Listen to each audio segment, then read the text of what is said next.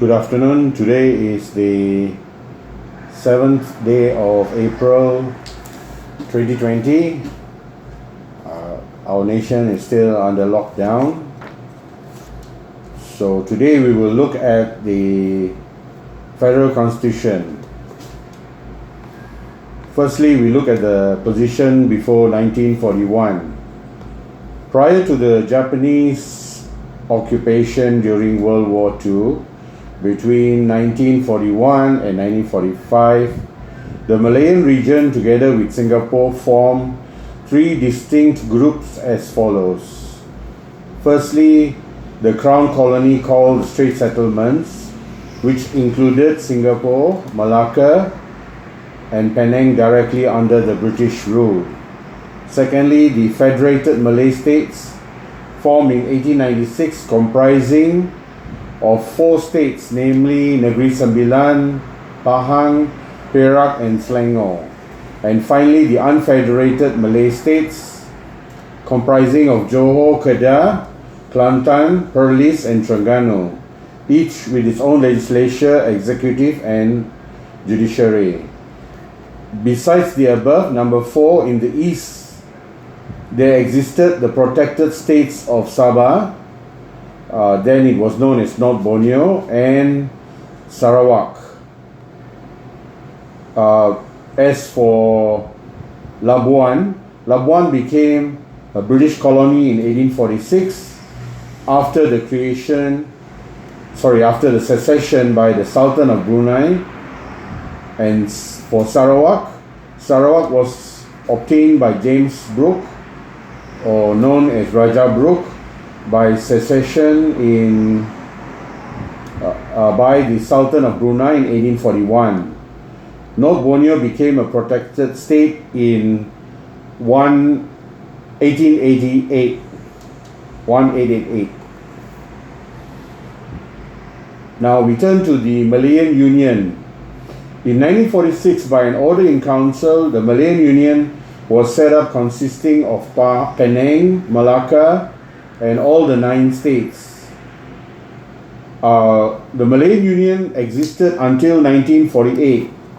All the provisions of the Malayan Union were not fully implemented, as the Malays opposed the setting up of the Union because the powers of the Sultan were completely negative and effective administration was taken over by the British in their own hands.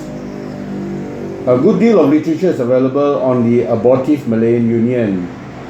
See Merdeka, British Rule and the Struggle for Independence in Malaya by Kong Kim Hong.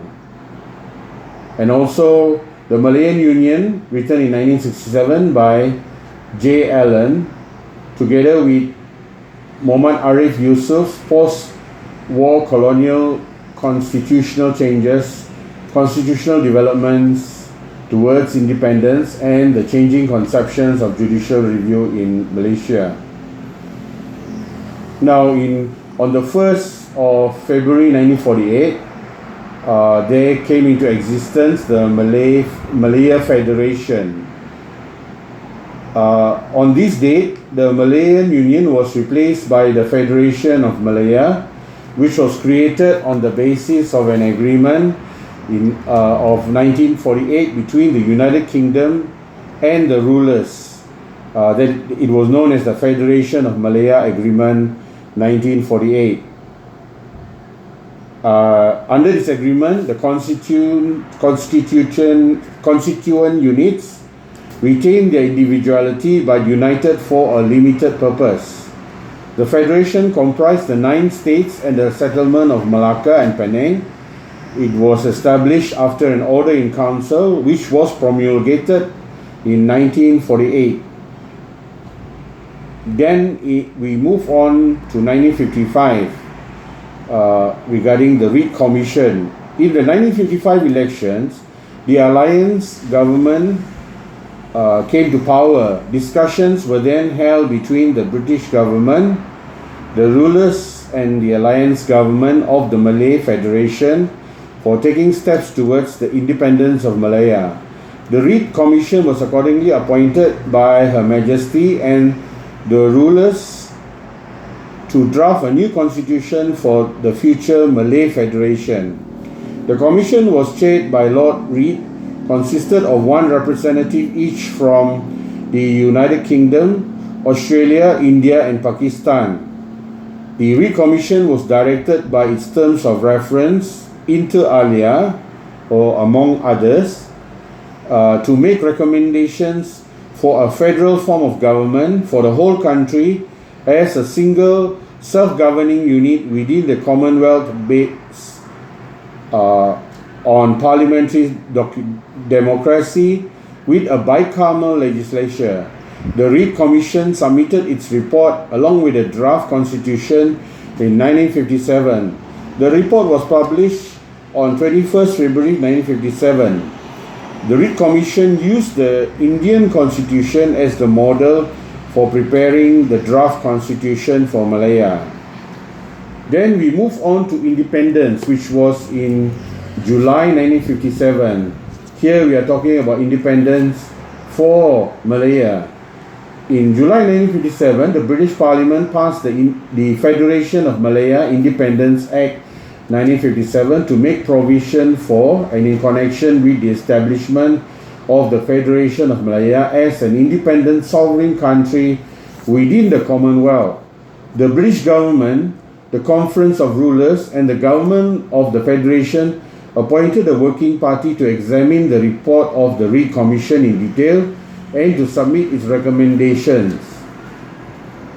On the basis of the recommendations of the working party, the new federal constitution was adopted, which was promulgated on the 31st of August 1957, known as the Merdeka Day.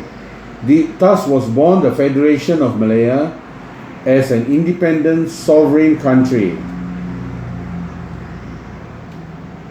Now we move on to the Malaya Constitution. The Constitution of Malaya came into force as a result of the Malaya Independence Act, the Federation of Malaya Agreement between the British government and the rulers, and the Federal Constitution Ordinance 1957, passed by the Federal Legislative Council. Each state legislature of the Malay states also passed state enactments approving and giving force of law to the Federal Constitution. Thereafter, the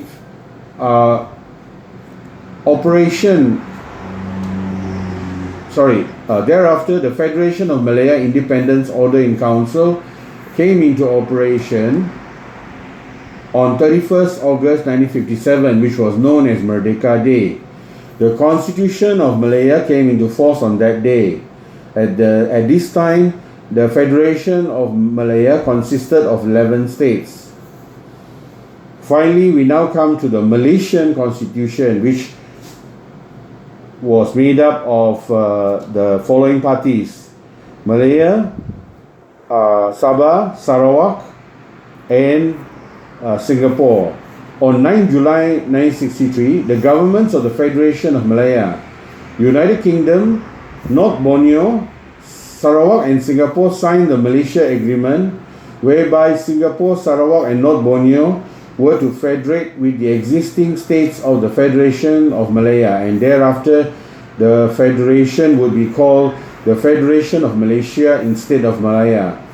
The Parliament of Malaya then passed the Malaysia Act 1963, the bill form which was annexed to the Malaysia Agreement, to amend the Constitution of the Federation to provide for the admission of the three new nations.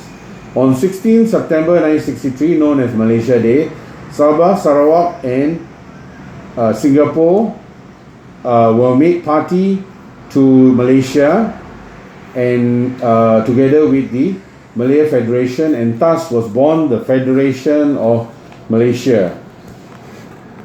Before we end the creation of Malaysia, one area we need to look at is the Kelantan Challenge.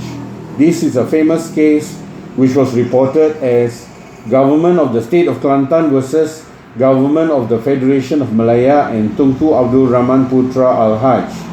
The formation of the Malaysian Federation was challenged by the state of Kelantan, but the federal court rejected the challenge. In fact, the decision was made just hours before the coming into effect of the Malaysian Federation. It was all touch and go. The government of Kelantan sought declarations that the Malaysia Agreement and the Malaysia Act were null and void, or alternatively were not binding on the state of Kelantan. The main contention of the state of Kelantan was that the Federation of Malaya Agreement 1957, to which the Sultan of Kelantan was a party, established a federation of 11 states, and that the Malaysia Act 1963, establishing the Federation of Malaysia, would abolish the Federation of Malaya, thereby violating the Federation of Malaya Agreement 1957. It was argued that the proposed changes needed for the formation of the Malaysia Agreement 1963 required the consent of each state, including that of the Sultan of Kelantan. Thus, Kelantan invoked the pre-constitutional historical process. However, the court ignored that historical process and based its decision on the provisions of the Constitution. The court ruled that Parliament, in making amendments to the Constitution of 1957 to effectuate the Malaysia Agreement 1963, acted within its powers under the Constitution, and the exercise of such power did not require any consultation with any state as a condition precedent. The court further ruled that the Malaysia Agreement was validly signed by the federal government in the exercise of its executive powers, and the government did not require consultation with any state as a condition precedent. Thus, although the new federation would be different from the old one, namely with more states and a new name, because there was now three nations that joined Malaysia, namely Singapore, Sabah and Sarawak, the new federation was being brought into existence in accordance with the provisions contained in the Constitution. This is the end of part 1 of the Malaysian Constitution historical origins. In the next part, we will look at the characteristics of the Federal Constitution. Thank you for listening, and I hope this video has been of help to you. Goodbye.